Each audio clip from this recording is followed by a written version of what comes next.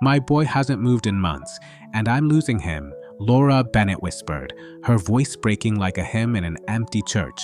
In the quiet of a Tennessee winter, where dogwood branches bow under frost, a mother faced a darkness no southern sunrise could lift.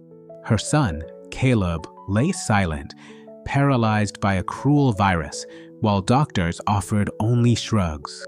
But one soul never wavered, a scruffy dog named Rusty, whose amber eyes held a faith stronger than despair.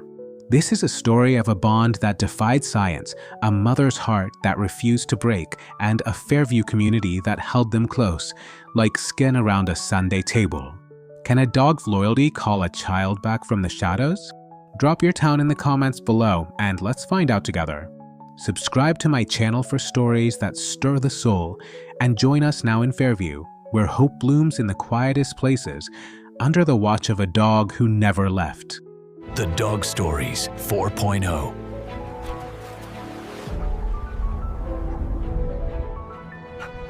I haven't heard my son's voice in 2 months, Laura Bennett whispered into the dark, her voice cracking like thin ice.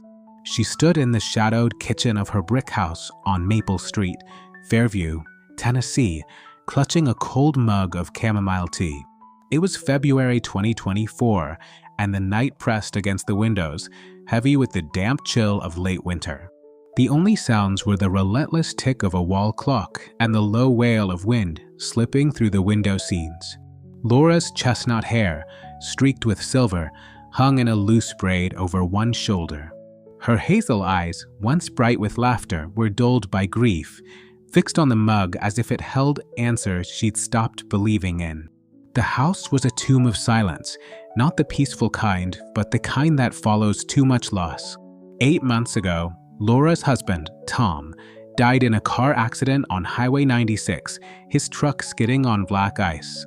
Now her son, Caleb, 8 months old, lay upstairs in his crib, a prisoner of his own body. A viral infection at Christmas 2023 had stolen his smile, his babble, his kicking legs. The doctors at Fairview's small clinic called it post-viral paresis, a term as vague as it was cruel.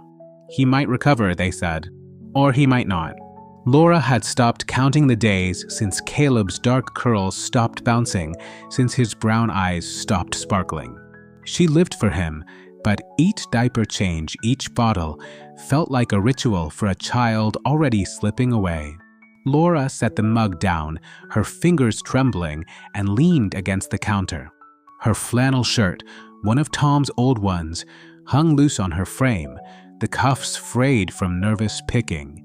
She closed her eyes, willing the tears to stay put, but they came anyway, silent and hot. "I'm still here, Caleb," she murmured, though she wasn't sure who she was convincing. The wind answered with a sharp gust, rattling the panes. Upstairs, in the nursery, Rusty lay beneath Caleb's crib. His one floppy ear rested against his head, the notched one alert, twitching at the faintest sounds. His amber eyes, deep and unwavering, were fixed on Caleb as they had been since the day he arrived. Rusty's presence was a quiet constant, his refusal to leave the nursery both a mystery and a comfort. Laura glanced at him as she set the feeding tube aside, her lips curving in a faint, tired smile.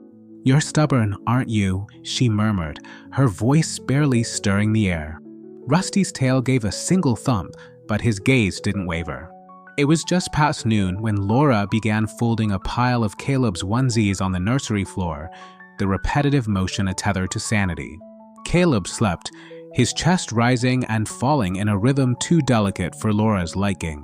She smoothed a tiny sock, her fingers trembling, when Rusty stirred.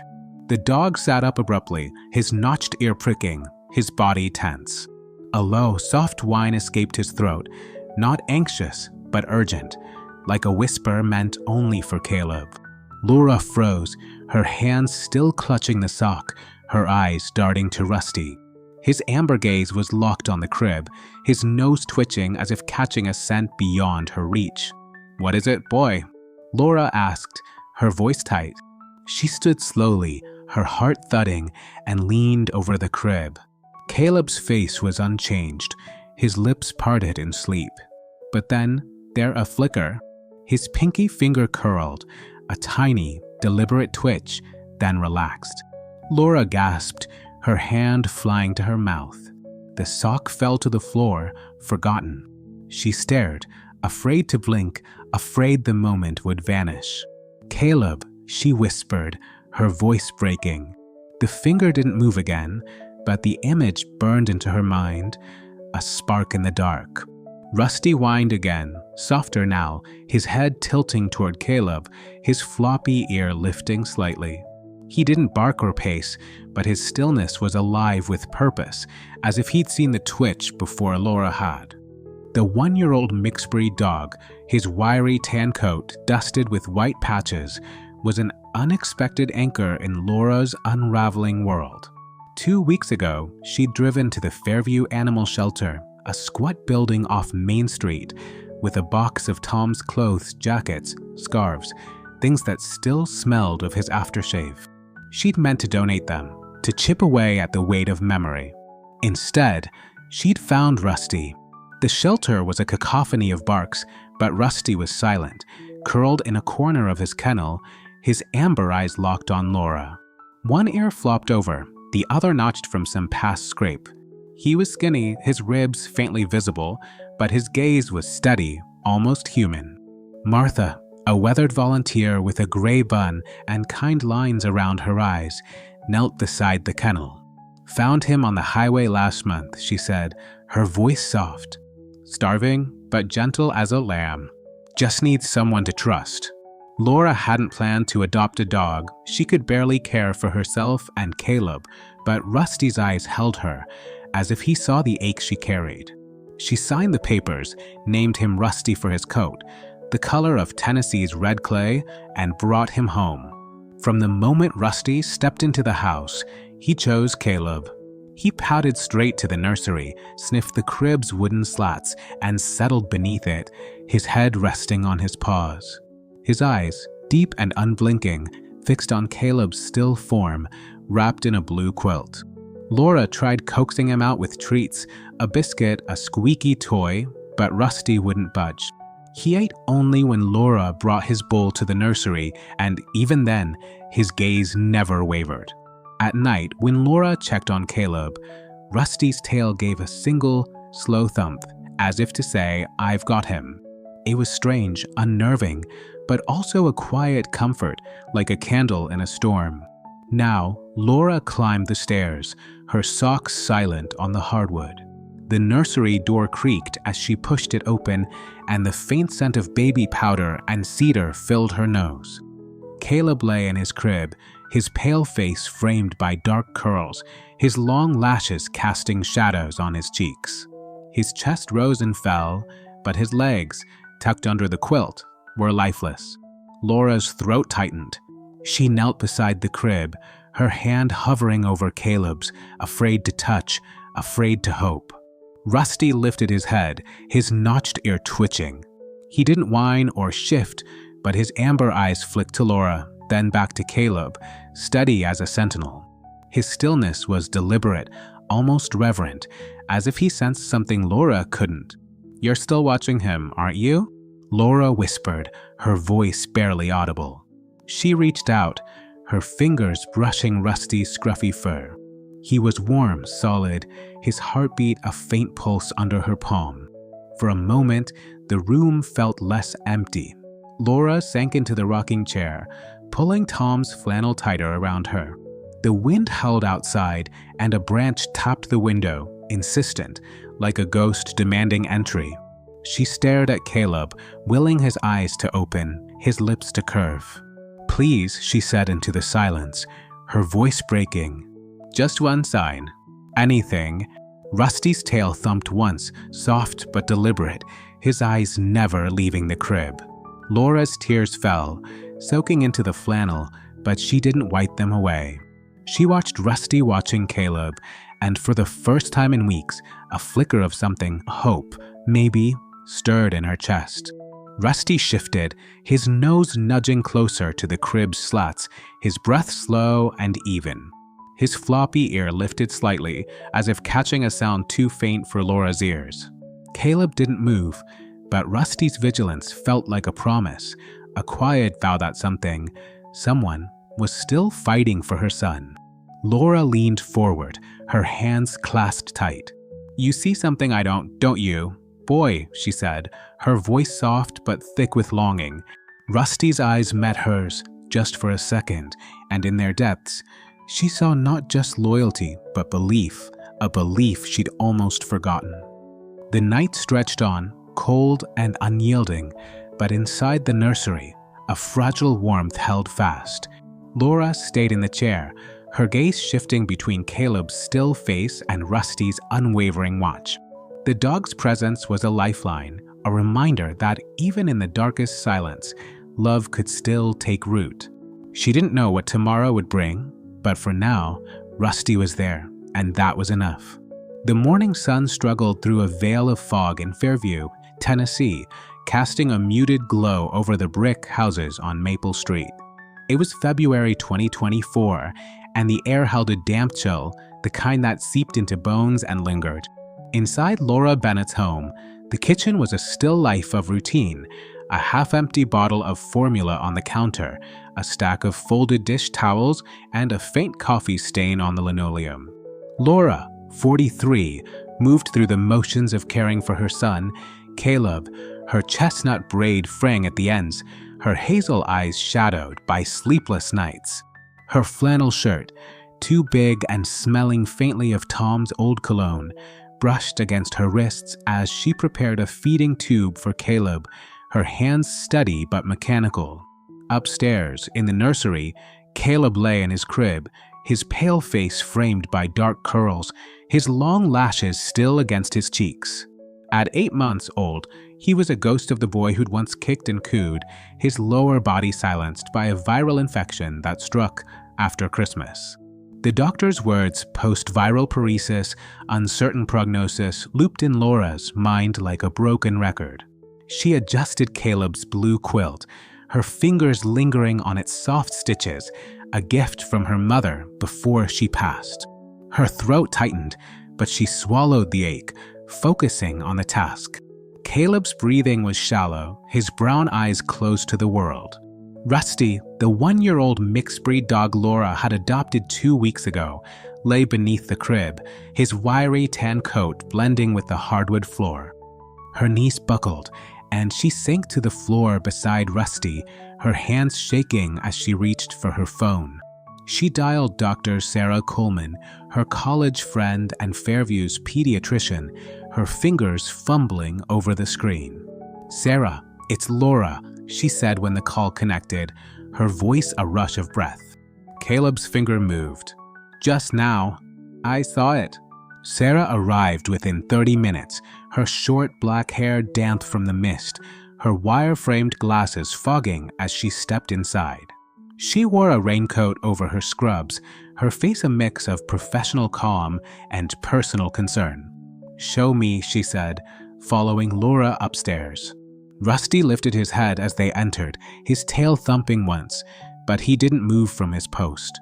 Sarah knelt beside the crib, her hands gentle as she checked Caleb's reflexes, her stethoscope cold against his chest. She frowned, then used a small tool to test his responses, her eyes narrowing. "There's a faint signal in the lower spine," she said finally, her voice cautious but warm. "It's weak, Laura, but it's real, not an illusion." Laura's breath hitched, tears spilling over. She pressed her knuckles to her lips, nodding as Sarah spoke. "Rusty saw it first," she said, her voice trembling. "He whined, like he knew." Sarah glanced at Rusty, her brow furrowing. The dog's eyes were still on Caleb, his body relaxed but alert, his notched ear twitching. "I've read studies," Sarah said, adjusting her glasses. "Dogs can sense neurological shifts, seizures, sometimes even subtle changes. Keep a journal, Laura. Write down every movement, every time Rusty reacts. We need to track this." Laura nodded, her hands clasped tight, but her mind was a whirl of hope and fear. She reached for Rusty, her fingers sinking into his scruffy fur. He leaned into her touch, just slightly, his warmth grounding her. "Good boy," she whispered, her voice thick. Rusty's tail thumped again, a quiet affirmation. Later that afternoon, a knock came at the door. Inside Laura Bennett's brick house on Maple Street, the glow of candles flickered in mason jars, casting trembling shadows on the walls. The power had gone out an hour ago, leaving the hum of the heater silent and the nursery upstairs cloaked in a chill that seeped through the cedar walls. Laura, 43, stood at the foot of the stairs, her chestnut braid loose, her hazel eyes strained with worry. Her flannel shirt, still carrying the faint scent of her late husband Tom's cologne, hung heavy on her frame, damp from nervous sweat. Upstairs, Caleb, her 8-month-old son, lay in his crib, bundled in 2 layers of fleece blankets, his dark curls peeking from a knit cap. The viral infection that struck after Christmas had left him motionless below the waist, his brown eyes closed to the world, his laughter a memory. The doctor's vague diagnosis, post-viral paresis, offered no roadmap, only a void of uncertainty. Laura had seen a glimmer of hope yesterday when Caleb's pinky twitched. A moment Rusty, their 1-year-old mixed-breed dog, seemed to sense first. But now, with the storm raging, that spark felt fragile, like a candle flame in a gale. Laura climbed the stairs, her socks slipping on the hardwood, a hot water bottle clutched to her chest. The nursery door creaked as she entered, the air sharp with cold. Caleb's breath was a faint mist, his pale face barely visible under the quilt her mother had sewn. Laura tucked the water bottle beneath the mattress, her hands trembling as she adjusted the cap over Caleb's curls. "Stay warm, baby," she whispered, her voice a thread in the silence. Her eyes stung, but she blinked hard, refusing to let tears fall. Rusty lay beneath the crib, his wiry tan coat blending with the shadows, his one floppy ear flat against his head. His notched ear twitched, alert to every gust rattling the windows. His amber eyes, deep and unyielding, were fixed on Caleb, as they had been since Laura brought him home from the shelter 2 weeks ago. Laura opened it to find Ellen Harper, her 60-year-old neighbor, holding a foil pan of cornbread, her gray curls peeking from a colorful scarf. Ellen ran a local therapy dog program, her face lined with the kind of wisdom that came from years of listening. "Heard you've been cooped up," Ellen said, her voice warm as she stepped inside. She followed Laura to the nursery, her eyes softening at the sight of Caleb. Rusty lifted his head, his amber eyes meeting Ellen's, and she smiled. "This one's special," she said, nodding at Rusty. "He's not just here for kibble. He believes in that boy more than we do." Ellen sat on the rocking chair, her scarf brushing the armrest, and told Laura about a therapy dog who'd helped an autistic child speak his first words. "Animals see things we miss," she said, her gaze steady. "Watch Rusty. He's telling you something." Laura looked at Rusty, still lying beneath the crib, his nose inches from Caleb's quilt. His eyes hadn't wavered, not once. She felt a pang, a mix of gratitude and wonder, as if Rusty was holding a piece of Caleb's light she couldn't yet see. As Ellen left, Laura pulled a notebook from a drawer, her hands steadier now. She wrote, "February 12th, 2024. Caleb's pinky moved. Rusty whined first." The words felt fragile, like a prayer she wasn't sure would be answered. But Rusty's presence, his quiet vigilance, was a tether to hope. Outside, the fog began to lift, and a faint ray of sun touched the nursery window, glinting off Caleb's crib. Laura sat beside Rusty, her hand resting on his back, and for the first time in months, she dared to believe. Darkness swallowed Fairview, Tennessee, as a late February storm descended, its icy breath cutting through the quiet town. It was the evening of February 13th, 2024, and the air was thick with the promise of sleet, the kind that turned roads to glass and hearts to stone. Rusty's presence was a quiet anchor, his refusal to leave the crib a vow Laura couldn't fully understand but clung to. She knelt beside him, her fingers brushing his scruffy fur. "You're keeping him safe, aren't you?" she said, her voice soft but thick with exhaustion. Rusty's tail thumped once, a deliberate signal, but his gaze didn't waver. The storm grew fiercer, sleet lashing the roof like 1,000 tiny hammers. Laura lit another candle, its flame dancing in a draft, and sat in the rocking chair, pulling a quilt over her knees. She watched Caleb's chest rise and fall, each breath a small victory, but her mind churned with fear. He was so fragile, his body weakened by weeks of stillness. What if the cold was too much? What if yesterday's twitch was a fluke? She pressed her knuckles to her lips, her breath hitching. Rusty stirred, his body tensing. He rose to his feet, his notched ear pricking, his nose twitching as if catching a scent beyond the candle wax and cedar. He paced a tight circle around the crib, his paws soft but urgent on the hardwood, his whines low and insistent. Laura's heart skipped. "What's wrong, boy?" she asked, leaning forward, her quilt sliding to the floor. Rusty stopped, his eyes locked on Caleb, and let out a single, sharp bark, a sound so piercing it cut through the storm's roar. Laura jolted, her hands gripping the chair's arms. She scrambled to the crib, her socks slipping, and leaned over Caleb. His face was still, but then a movement. His left leg twitched, a subtle but unmistakable spasm, his toes curling inward before relaxing. Laura gasped, her hand flying to her mouth. "Oh, God," she whispered, tears spilling hot down her cheeks. She stared, afraid to breathe, as the leg stilled. It was real, stronger than yesterday's pinky twitch, a sign her son was still fighting. Rusty whined again, his nose nudging the crib slats, his floppy ear lifting as if urging her to see. Laura dropped to her knees, wrapping her arms around Rusty's neck, burying her face in his fur. He was warm, trembling slightly, his heartbeat steady against her cheek. "You knew," she sobbed, her voice muffled. "You saw it first." Rusty leaned into her, his tail thumping softly, a quiet affirmation of their shared vigil. She pulled back, her hands shaking as she grabbed her phone from the rocking chair. The screen glowed, cutting through the dark, and she texted Dr. Sarah Coleman. Caleb's leg moved. Rusty barked before it happened. Sarah's reply came within minutes. "I'm coming. Stay with him." Laura clutched the phone, her pulse racing. She knew the roads were treacherous, slick with ice, but Sarah, her college friend and Fairview's pediatrician, was stubborn in her care. Laura lit another candle, its light glinting off Caleb's quilt, and sat beside Rusty, her hand resting on his back. The dog had settled again, his eyes on Caleb, his body alert but calm, as if his bark had been a call to action now answered.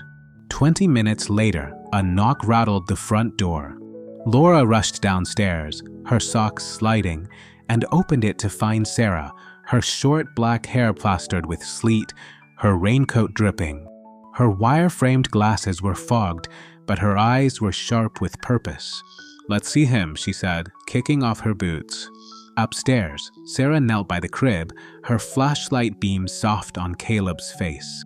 She tested his reflexes, her hands steady, her brow furrowed. "There's voluntary activity," she said, her voice low but firm. "It's not random, Laura. His nerves are responding." Laura's knees buckled, and she sank to the floor, tears streaming. "What does it mean?" she asked, her voice a plea. Sarah adjusted her glasses, her face softening. "It means he's still in there, fighting. But we need better tests. Vanderbilt in Nashville has the equipment to measure nerve conduction properly." Laura's breath caught. Nashville was 40 miles away, a daunting drive in the storm, and Caleb was so weak. "It's too dangerous," she said, her voice trembling. "He's so cold already." Sarah crouched beside her, her hand on Laura's shoulder. "We can't wait, Laura. These signs are time-sensitive. I'll drive. We'll keep him warm, blankets, heater, everything. Laura shook her head, fear clawing at her chest, but then Rusty moved. He stood, his amber eyes meeting hers, and pressed his nose gently against her hand, a touch so deliberate it felt like a nudge toward courage. His tail thumped once, his gaze steady, as if saying, "Trust me." Laura's tears slowed, her breathing steadying. She looked at Caleb, then Rusty, then Sarah. The storm howled outside, but inside, Rusty's presence was a quiet strength, a reminder that hope was worth risking.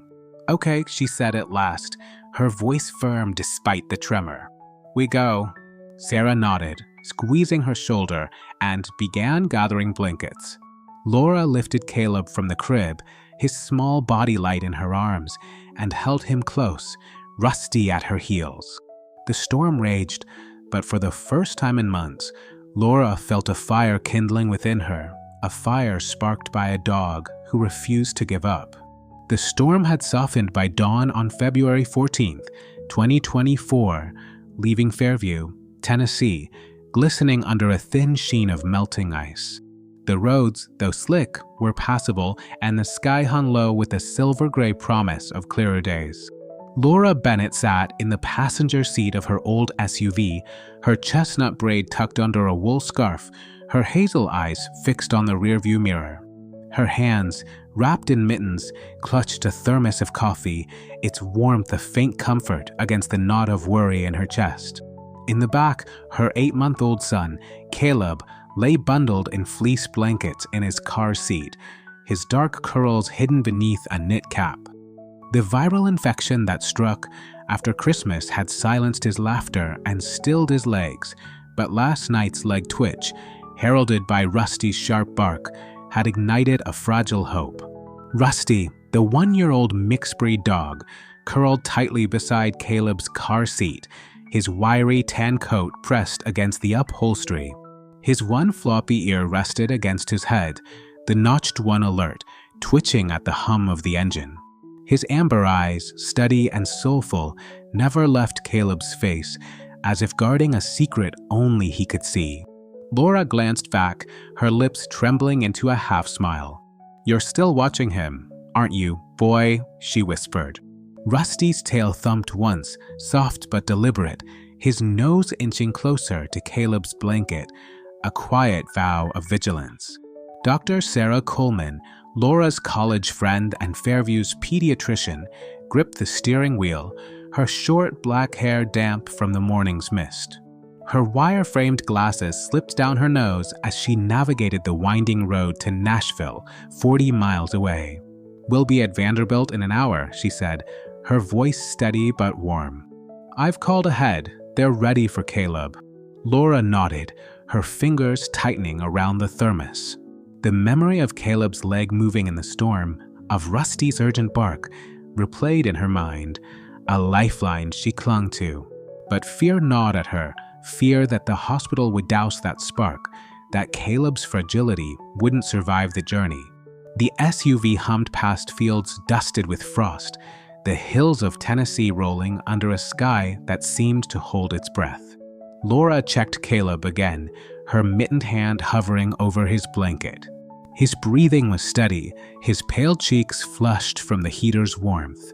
Rusty shifted, his nose brushing Caleb's tiny hand, exposed at the blanket's edge.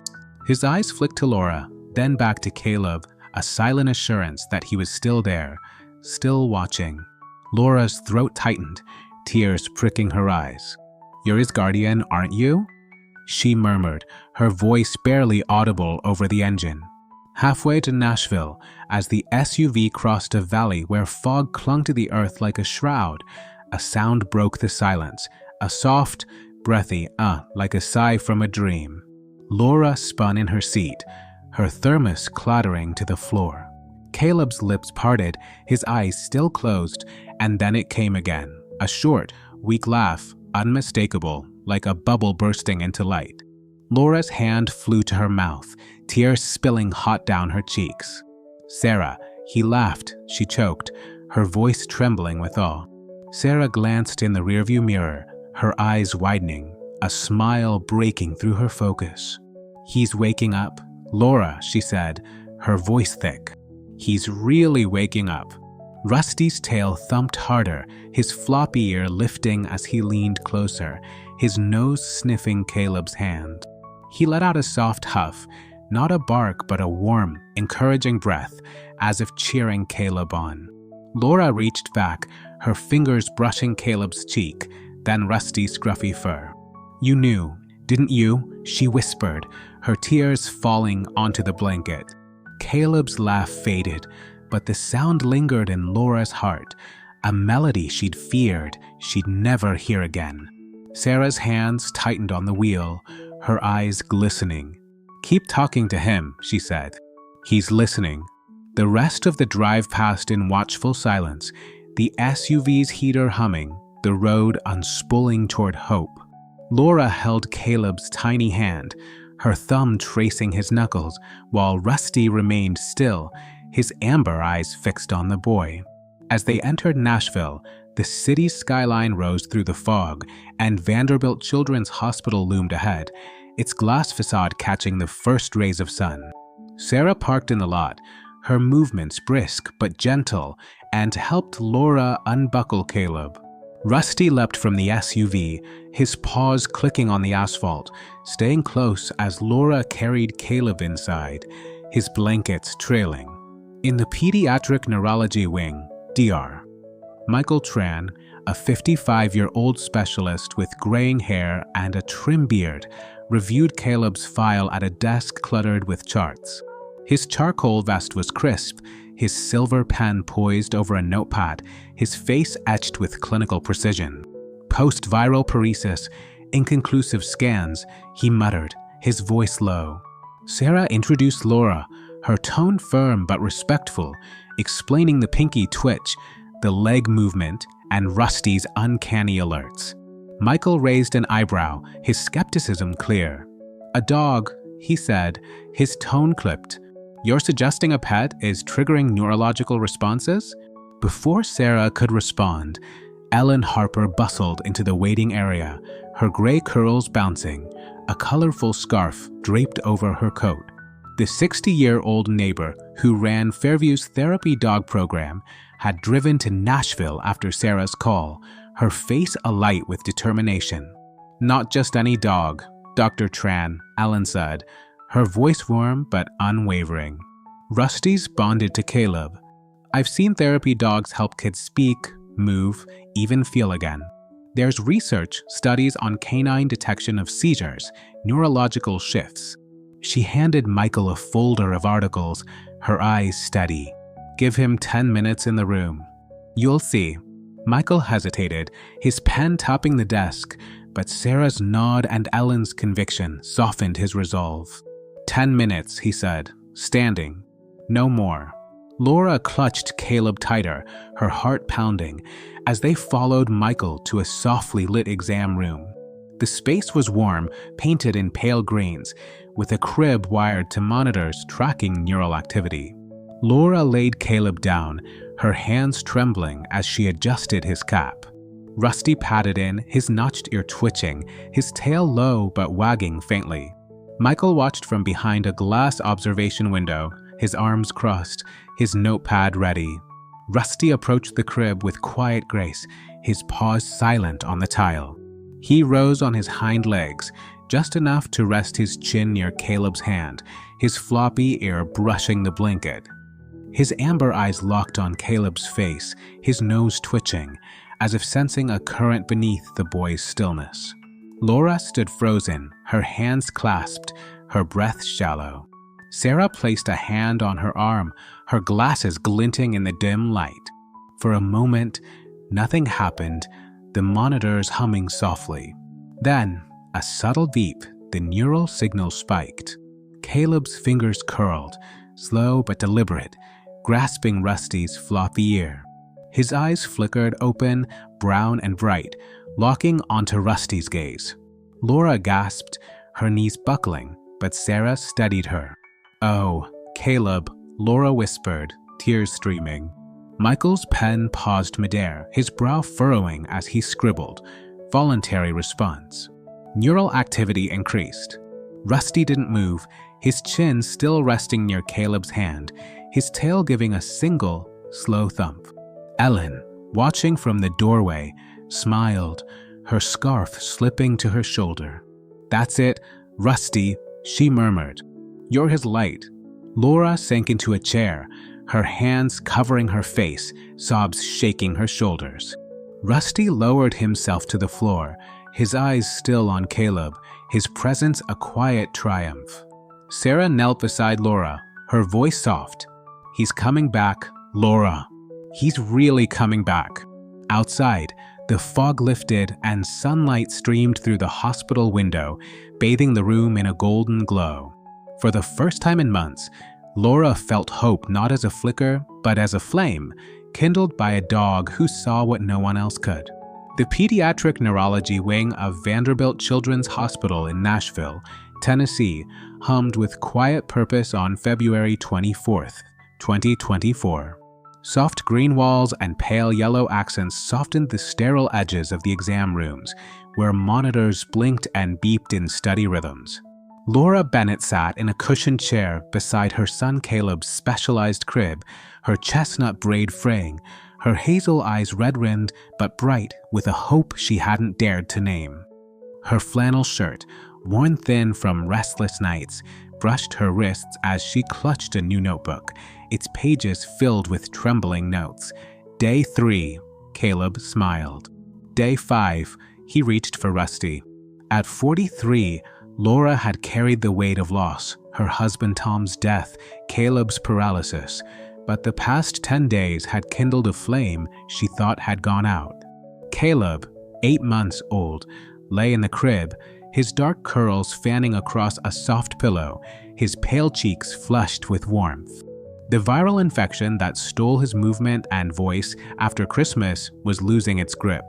Since arriving at Vanderbilt, he'd begun to stir, first a pinky twitch, then a leg spasm, then a laugh in the car, and eyes opening to meet Rusty's gaze. The monitors tracking his neural activity blinked faster now, their data a quiet chorus of progress. Laura's fingers traced the notebook's edge, her heart pounding with every small victory. Rusty, the 1-year-old mixed-breed dog, lay stretched beside the crib, his wiry tan coat catching the morning light. His one floppy ear rested against the tile, the notched one alert, twitching at the soft clatter of a nurse's cart. His amber eyes, deep and unwavering, were fixed on Caleb as they had been since Laura adopted him from the Fairview shelter. Rusty's presence was a constant, his refusal to leave Caleb's side a silent promise that had carried them through the storm to this moment. Laura reached down, her fingers sinking into his scruffy fur. "You're still here, boy," she whispered, her voice thick. Rusty's tail thumped once, slow and deliberate, his gaze never wavering. The past week had been a blur of tests, MRIs, nerve conduction studies, reflex assessments, all confirming what Laura felt in her bones. Caleb was coming back. Dr. Sarah Coleman, Laura's friend and Fairview's pediatrician, had been a steady guide, her short black hair tucked behind her ears, her wire-framed glasses slipping as she pored over charts. Sarah stood now at the room's edge, her scrubs wrinkled, her face lit with cautious optimism. "His responses are consistent," she'd told Laura yesterday. "Voluntary, not random. Rusty's presence seems to amplify them." Laura had nodded, her tears silent, her notebook open to a new page. Day 7, Caleb babbled. Rusty wagged his tail. Dr. Michael Tran, the 55-year-old neurologist, had softened his skepticism since Rusty's first session in the exam room, where Caleb grasped the dog's ear and opened his eyes. Michael's graying hair was neatly combed, his charcoal vest crisp, but his eyes carried a new curiosity. He stood behind the observation window, his silver pen scribbling notes. Patient exhibits increased motor and sensory response in canine proximity. Ellen Harper, the 60-year-old Fairview neighbor who ran a therapy dog program, had joined them daily, her gray curls bouncing, her colorful scarf a splash of warmth. Ellen's folder of research had swayed Michael, and her quiet conviction, Rusty's not just a dog, he's a bridge, had become a mantra. This morning, the room was bathed in sunlight, the first clear day since the storm. Laura sat straighter, her notebook open, as Caleb stirred in his crib. His fingers twitched, not a spasm but a purposeful flex, and his lips parted, a soft coo escaping. Laura's breath caught, her hands trembling as she leaned closer. Rusty rose to his feet, his notched ear pricking, his nose sniffing the air near Caleb's hand. He didn't whine or bark, but his body was taut, his amber eyes locked on the boy, as if sensing a tide turning. Sarah stepped forward, her stethoscope dangling, her voice soft. "Talk to him, Laura." Laura nodded, her throat tight, and whispered, "Caleb, baby, I'm here." Caleb's eyes flickered open, brown and bright, focusing not on Laura but on Rusty. The dog leaned closer, his floppy ear brushing Caleb's fingers, his tail wagging in slow, deliberate arcs. The monitor beeped faster, its screen spiking with neural activity. Caleb's hand moved, slow but sure, grasping Rusty's front paw, his tiny fingers curling around the coarse fur. Laura gasped, her notebook sliding to the floor. "Oh, God," she whispered, tears streaming. Rusty stood still, his chin resting near the crib's edge, his eyes soft but intent, as if willing Caleb to keep going. Then, in a moment that stopped Laura's heart, Caleb's lips moved and a sound emerged, "Roo." It was weak, the consonant mushy, but unmistakable, a syllable meant for Rusty. Laura's knees buckled, and she sank to the floor, her hands covering her face, sobs shaking her shoulders. "You said his name," she choked, her voice raw. "You know him, baby?" Sarah knelt beside her, her glasses fogging with tears, her hand on Laura's back. "It's real, Laura," she said, her voice trembling. "He's recognizing Rusty, cognitively, emotionally." She glanced at the monitor, its spikes a testament to Caleb's awakening. Michael, behind the glass, scribbled furiously, his face no longer guarded but alive with wonder. He tapped the intercom, his voice crackling. Voluntary speech attempt. Significant neural response. Continue observation with the dog. Ellen, standing at the doorway, clutched her scarf, her eyes shining. "I told you, Dr. Tran," she said, her voice warm. "Rusty's his light." Caleb cooed again, his hand still gripping Rusty's paw, his eyes bright with a spark Laura hadn't seen since before the virus. Rusty's tail wagged faster, a rhythmic thump against the tile, his nose nudging Caleb's fingers as if to say, "I'm here." Laura crawled to the crib, her hands trembling as she touched Caleb's cheek, her tears falling onto his blanket. "You're back," she whispered, her voice a prayer answered. The moment stretched, fragile but radiant, the room filled with the soft hum of monitors and the warmth of sunlight. Sarah stood, her hands clasped, her face a mix of awe and resolve. "This changes everything," she said, turning to Michael through the glass. "We need to study this canine-stimulated neural response. It's not just anecdotal anymore." Michael nodded, his pen still, his eyes on Rusty. "I'll draft a proposal," he said, his voice steady but tinged with humility. "This could redefine pediatric therapy." Ellen stepped forward, her scarf slipping to her shoulder. "It's more than therapy," she said, her voice firm. "It's a bond. I'm proposing a program, Rusty's Haven, for kids like Caleb. Therapy dogs, trained, integrated into recovery plans." She looked at Laura, her smile soft. "Starting here with him." Laura nodded, her tears slowing, her hand still on Caleb's cheek. Rusty settled beside the crib, his head resting near Caleb's hand, his amber eyes calm but vigilant. Laura picked up her notebook, its pages creased, and wrote with a trembling hand, "Day 10, Caleb said Roo." He held Rusty's paw. "My boy is awake." She looked at Rusty, then Caleb, then Sarah and Ellen, her heart full. The journey wasn't over, but this moment, Caleb's voice, Rusty's steadfast presence, was a beacon. Outside, the sun climbed higher, its light spilling through the window, painting the room in gold. For Laura, it was more than sunlight. It was proof that love, even in its quietest form, could call a child back from the dark. Spring crept into Fairview, Tennessee, by early March 2024, softening the edges of winter with dogwood blossoms and a damp, earthy warmth. The brick houses on Maple Street stood bathed in pale sunlight, their white picket fences gleaming after the last of the ice melted. Laura Bennett stood in the kitchen of her modest home, her chestnut braid tied with a ribbon, her hazel eyes softer now, carrying a quiet peace. Her flannel shirt, still one of Tom's, hung loose as she washed a bottle, her movement steady, no longer weighed by the despair that had clung to her since her husband's death and her son Caleb's illness. The notebook on the counter, its pages worn, bore witness to a miracle. Day 12. Caleb laughed loud today. Day 15, he said, "Mama." Caleb, now nearly 9 months old, sat in a high chair nearby, his dark curls bouncing as he stacked wooden blocks with clumsy, determined hands. His brown eyes sparkled, no longer dulled by the viral infection that had paralyzed his lower body after Christmas. The past weeks at Vanderbilt Children's Hospital had been a cascade of progress, twitches becoming grasps, coos becoming words, and a single roo for Rusty, the dog who'd never left his side.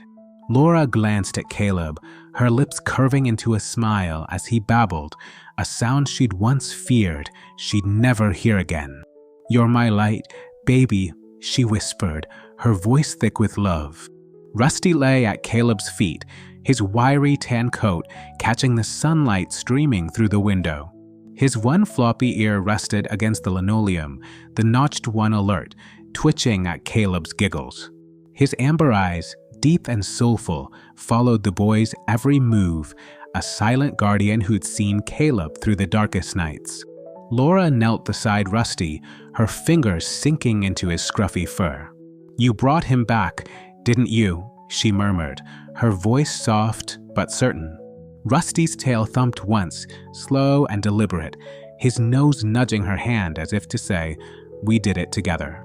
The story of Caleb and Rusty had begun to ripple beyond their small home. A week ago, the Tennessean published a feature titled "The Dog Who Brought Him Back," tracing the journey from Laura's anonymous blog posts, written under the pseudonym Maple Mom, to the hospital room where Caleb said Roo. The blog, raw and heartfelt, had been discovered by a local reporter. Its entries, "I thought I'd lost him, but Rusty never stopped watching," resonating with thousands online. Laura hadn't meant for the world to see her words, but as comments poured in, "This gave me hope for my daughter," she felt a pull to share more. Laura sat at the kitchen table, her notebook open, and began drafting a children's book, Paws of Light. The pages would hold watercolor sketches of Rusty beneath Caleb's crib, Caleb grasping Rusty's paw, and their first shared laugh. She wrote a dedication for those who wait, who believe, who stay. The book, accepted by a small Nashville press, was already in pre-order at the hospital gift shop and Fairview's library. Laura's hands trembled as she wrote, not from fear, but from the weight of a story bigger than herself. "This is for you, Caleb," she said, glancing at her son, "and for you, Rusty." Rusty's tail thumped again, his eyes meeting hers, a quiet acknowledgement. Dr. Sarah Coleman, Fairview's pediatrician, had returned to her clinic but visited often, her short black hair tucked behind her ears, her wire-framed glasses glinting as she checked Caleb's progress. Sarah had presented Caleb's case at a regional medical conference in Nashville, her slides detailing canine-stimulated neural response alongside graphs of Caleb's neural spikes. She declined a national invitation, her voice firm. "This story belongs to Fairview, to Caleb and Rusty." Sarah sat now on Laura's couch, sipping tea, her face lit with pride. "You're changing things, Laura," she said, her voice warm. "Your book, your story, it's reaching people." Ellen Harper, the 60-year-old neighbor who ran Fairview's therapy dog program, had taken the story further.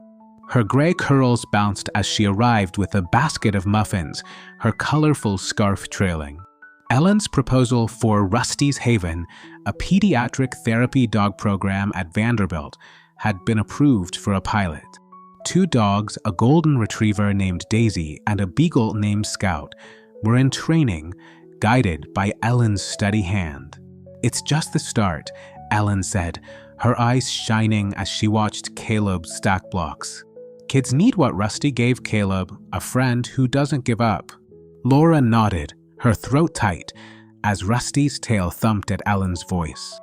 The Fairview community had rallied, too. A week after the Tennessean article, neighbors launched the Rusty Fund, a grassroots effort to support therapy dog training. At a town hall meeting, residents shared stories of their own pets, cats who comforted, dogs who sensed pain, their voices weaving a tapestry of connection. Laura attended, Caleb in her arms, Rusty at her side. When a local TV crew asked for an interview, Laura hesitated but agreed, her voice soft but clear. Rusty didn't heal Caleb. He waited for him, believed in him, and that taught me to keep going. The segment aired on Channel 5, its closing shot of Rusty licking Caleb's hand drawing tears across Tennessee. Laura stood now at her front door, watching neighbors wave from porches, their faces familiar and kind. She'd been overwhelmed at first, emails, interview requests, a documentary pitch, but the book and the fund grounded her. She opened her notebook, adding a line, March 10th, "People are reading our story." Rusty's still here, watching Caleb. Caleb giggled, dropping a block, and Rusty nudged it back, his floppy ear flopping. Laura laughed, a sound that felt new, like spring after a long winter. In Nashville, Sarah and Dr. Michael Tran, the neurologist, collaborated on a research paper, their data from Caleb's case sparking interest in canine-assisted therapy. Michael, his graying hair neat, his charcoal vest crisp, had shed his initial skepticism, his voice thoughtful. "We're seeing something unprecedented, emotional bonds triggering neural recovery." He sent the paper to a pediatric journal, crediting Rusty as a co-catalyst. Ellen, meanwhile, hung a photo of Caleb and Rusty in Vanderbilt's therapy wing beside a plaque, Rusty's Haven, where healing begins with a paw. Back in Fairview, Laura carried Caleb to the yard, the grass soft underfoot, dogwood petals drifting like snow. Rusty followed, his notched ear twitching, his amber eyes bright. Caleb reached for Rusty's paw, babbling "Roo," and Laura's heart swelled. She sat on the porch, her notebook open, and wrote, "This isn't just our story anymore. It's for anyone who needs hope." The Tennessean called again, and Laura agreed to a follow-up, her voice steady. "Share this with someone who's struggling. Tell them love doesn't quit." The sun dipped low, painting the sky pink, and Laura felt Tom's presence in the warmth, in Caleb's laugh, in Rusty's quiet watch. Fairview's church bells rang, a sound of renewal, and Laura knew the silence she'd feared was gone, replaced by a chorus of hope. Rusty's Haven would grow, the book would reach new hands, and the Rusty Fund would train more dogs. But for now, Laura held Caleb close, Rusty at her side, and whispered, "We made it." Rusty's tail thumped, his eyes on Caleb, a guardian who'd never wavered. By April 2024, Fairview, Tennessee, had shed its winter cloak, blooming into a canvas of spring. Dogwood trees lined Maple Street, their white petals drifting like soft promises, and the air carried the sweet scent of fresh grass and renewal. Laura Bennett stood on the porch of her brick house, her chestnut braid catching the morning sun, her hazel eyes no longer shadowed by grief but alight with peace. Her flannel shirt, still one of Tom's, swayed as she leaned against the railing, a mug of chamomile tea warming her hands. At 43, Laura had walked through the valley of loss, her husband's death, her son Caleb's paralysis, but now she stood on the other side, her heart full of a quiet triumph. Inside, Caleb, nearly 9 months old, sat in a playpen by the open window, his dark curls bouncing as he stacked wooden blocks with growing confidence. His brown eyes sparkled, his laughter a melody that filled the house, a stark contrast to the silence that had gripped him after a viral infection stole his movement last Christmas. The journey from that dark winter to this vibrant spring had been marked by milestones, twitches, laughs, a shaky Roo, and finally Mama, each step guided by Rusty, the 1-year-old mixed-breed dog who never left his side. Laura watched Caleb giggle, her lips curving into a smile that felt like a gift. "You're my miracle, baby," she whispered, her voice thick with love. Rusty lay beside the playpen, his wiry tan coat shimmering in the sunlight, his one floppy ear flat against the floor, the notched one alert to Caleb's every sound. His amber eyes, deep and steadfast, followed the boy's movements, a guardian whose loyalty had sparked a chain of hope. Laura knelt beside him, her fingers tracing the notch in his ear, a scar from his days wandering before she found him at the Fairview shelter. "You changed everything, Rusty," she murmured, her voice soft but certain. Rusty's tail thumped once, slow and deliberate, his nose nudging Caleb's tiny hand as it reached for a block. The boy babbled Roo, his voice clear now, and Rusty's eyes softened, as if he'd always known this day would come. The story of Caleb and Rusty had woven itself into Fairview's fabric and beyond. Laura's children's book, Paws of Light, was now in hospital gift shops, Fairview's library, and small bookstores across Tennessee, its watercolor pages telling of a dog who waited and a boy who returned. The Tennessean's feature, "The Dog Who Brought Him Back," had spread online, fueled by Laura's blog as Maple Mom, its words, "Rusty saw the light in Caleb when I couldn't," touching hearts nationwide. The Rusty Fund, started by neighbors, had raised enough to train 3 therapy dogs, and Rusty's Haven at Vanderbilt Children's Hospital was thriving, with Daisy the Retriever and Scout the Beagle bringing comfort to other children. Laura opened her notebook, its pages creased from daily entries, and added a line. April 5th, Caleb said "Mama" twice today. Rusty's still here, always. She'd stopped fearing silence, knowing now it was full, not empty, with love, faith, and the soft thump of Rusty's tail. The kitchen window let in a breeze, carrying the chime of Fairview's church bells, a sound that felt like home. Laura smiled, her fingers brushing the notebook's cover, a testament to a journey she'd never imagined sharing. Dr. Sarah Coleman, Fairview's pediatrician, arrived that afternoon, her short black hair tucked behind her ears, her wire-framed glasses glinting as she checked Caleb's reflexes. "He's stronger every day," Sarah said, her voice warm, her scrubs wrinkled from a long shift. She'd become a regular visitor, her role in Caleb's recovery a bond that deepened her friendship with Laura. Sarah's presentation at the Nashville Medical Conference had sparked a grant for canine-assisted therapy research, and she framed a photo of Caleb and Rusty for her office, a reminder of what science and love could do together.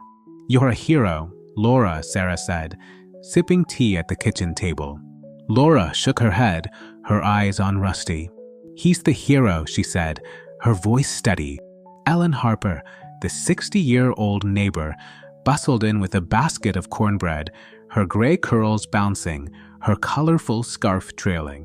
Ellen's work with Rusty's Haven had grown, and she'd just trained a 3rd dog, a collie named Willow. "We're changing lives," Ellen said, her eyes shining as she watched Caleb toss a block, Rusty nudging it back.